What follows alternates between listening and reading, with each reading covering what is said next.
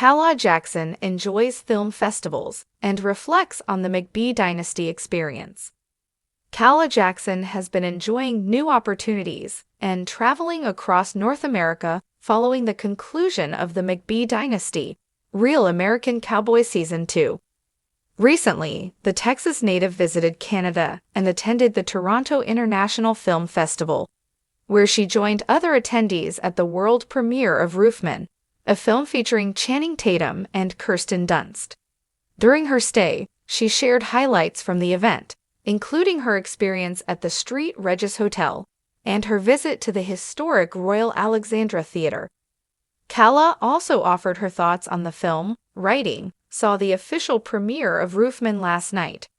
Really cool seeing everything come together after seeing the rough edit version a few months ago. Such an incredible film. Highly recommend seeing when it hits theaters."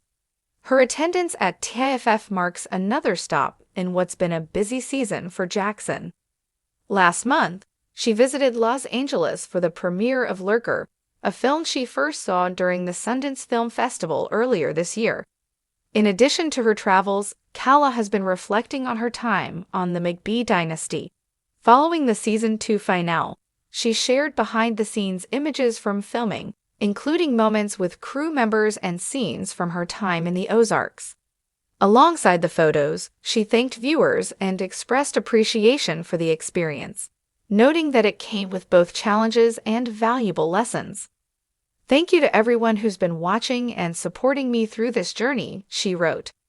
"It's been tough to relive last year, but I'm grateful for the lessons learned along the way and am proud of where I am now." Calah has also shared updates about focusing on her personal development and future goals. In a recent interview, she said, "I've been really focused on my personal growth and getting back to a good place. I'm just riding the wave and focusing on myself right now." From film festivals to new creative projects, Jackson continues to stay active while building on the momentum from her time on the show. Calah Jackson, a cinematic journey beyond the Ozarks. The scent of warm maple and roasted coffee drifted through the air as Calah Jackson stepped out onto the balcony of her suite at the St. Regis, Toronto. Below her, the city hummed quietly, as if holding its breath. The skyline glistened under the early autumn sun, the CN Tower piercing the clouds like an exclamation mark in a city already full of excitement. It had been a whirlwind of a year, an emotional, transformative, and surprisingly cinematic year for Calah. But this morning was different.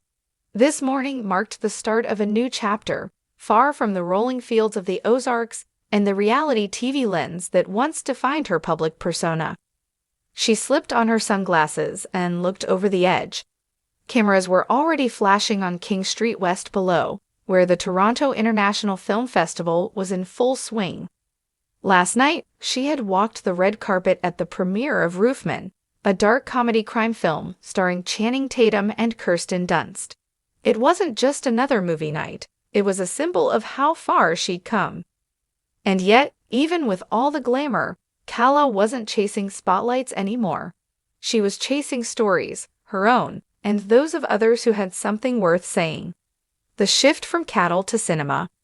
Many knew Calah Jackson as the poised, driven art presenter from the McBee Dynasty, Real American Cowboys, a reality docuseries that painted the lives of a modern-day ranching family with dramatic strokes.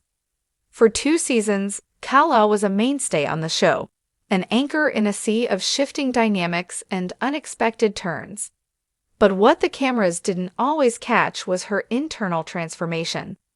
"I think the biggest lesson I learned on that show," Calah had said during a quiet moment backstage at TIFF, "was how to listen to myself again." She wasn't referring to the noise of fame or even the challenge of being part of a publicized relationship. What she meant was the more subtle erosion that can happen when you become a character in someone else's story. When you're being filmed almost every day, it's easy to blur the line between your voice and the one being written for you. After the final episode of Season 2 aired, and after she chose to step away from the narrative being crafted for her, Calah didn't retreat, she recalibrated. She returned to Dallas, took a break from social media, and spent time with family, especially her young niece, Harlow. Days that had once been filled with call sheets and confessionals became evenings of journaling, painting, and reconnecting with the quieter parts of herself. I needed to reintroduce myself to, well, me, she said with a small laugh. Turns out, I missed her. Red carpets and rough cuts. Her path to TIFF wasn't a straight line. Earlier in the summer, she had attended the Sundance Film Festival, where she saw a rough edit of Roofman. It was gritty, offbeat, and a little chaotic, exactly the kind of story that resonated with her in this phase of life. Through a new friend in independent film circles, she'd been invited to the private screening. That connection later led to an invitation to the Toronto premiere. At TIFF, she arrived in a sleek crimson dress that turned heads without trying to. But it wasn't about the dress. It was about being present in a space she had once only dreamed of entering.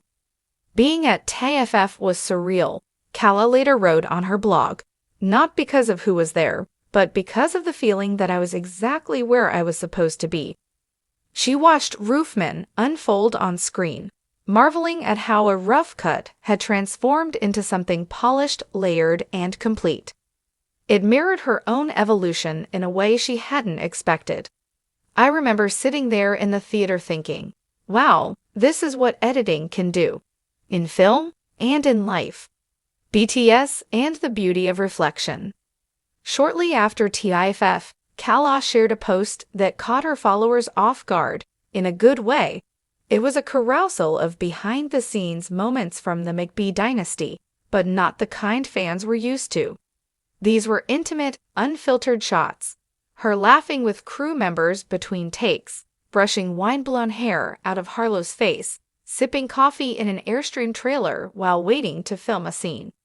In the caption, she wrote, "It's been tough to relive last year, but I'm grateful for the lessons learned along the way and proud of where I am now. Enjoy some BTS from a wild and meaningful chapter of my life." There was no bitterness, no drama, just honesty and a quiet sense of peace. Her followers flooded the comments with support. Many noted how her posts had shifted from promotional to purposeful. It was clear, Calah wasn't just living her life, she was curating it like the artwork she once presented in Dallas galleries. A new muse, herself. As September unfolded, Calah didn't slow down. Following TIFF, she flew to Los Angeles to attend the premiere of Lurker, an indie thriller she had first seen at Sundance. She wasn't just showing up to events. She was actively engaging with filmmakers, asking questions, studying scripts, and even sitting in on post-production edits. When asked if she planned to step in front of the camera again, Calah smiled. "I'm not saying no," she admitted. "But if I do, I want it to be intentional. I want to tell stories that matter. Stories that aren't afraid of showing the hard parts." In the meantime, she's working on developing a docuseries concept of her own. One focused on resilience and reinvention among women who've navigated high-pressure industries. Part travelogue, part introspective documentary, the project is still in early stages, but Calah is excited to be behind the scenes this time. "I've always loved storytelling," she said. "Now, I just want to make sure I'm telling the truth, not just mine, but others too." Riding the wave, redefining the ride. During an interview in August, Calah summed it up best. "I've been really focused on my personal growth and getting back to a good place. I'm the happiest I've been in a really, really long time. I'm just riding the wave and focusing on myself right now." But this isn't a story about retreat, it's a story about expansion. Calah isn't riding away from her past. She's riding through it, shaping it, and using it as a foundation for something new. Her presence at TIFF, Sundance, and the LA premiere circuit isn't just about red carpets.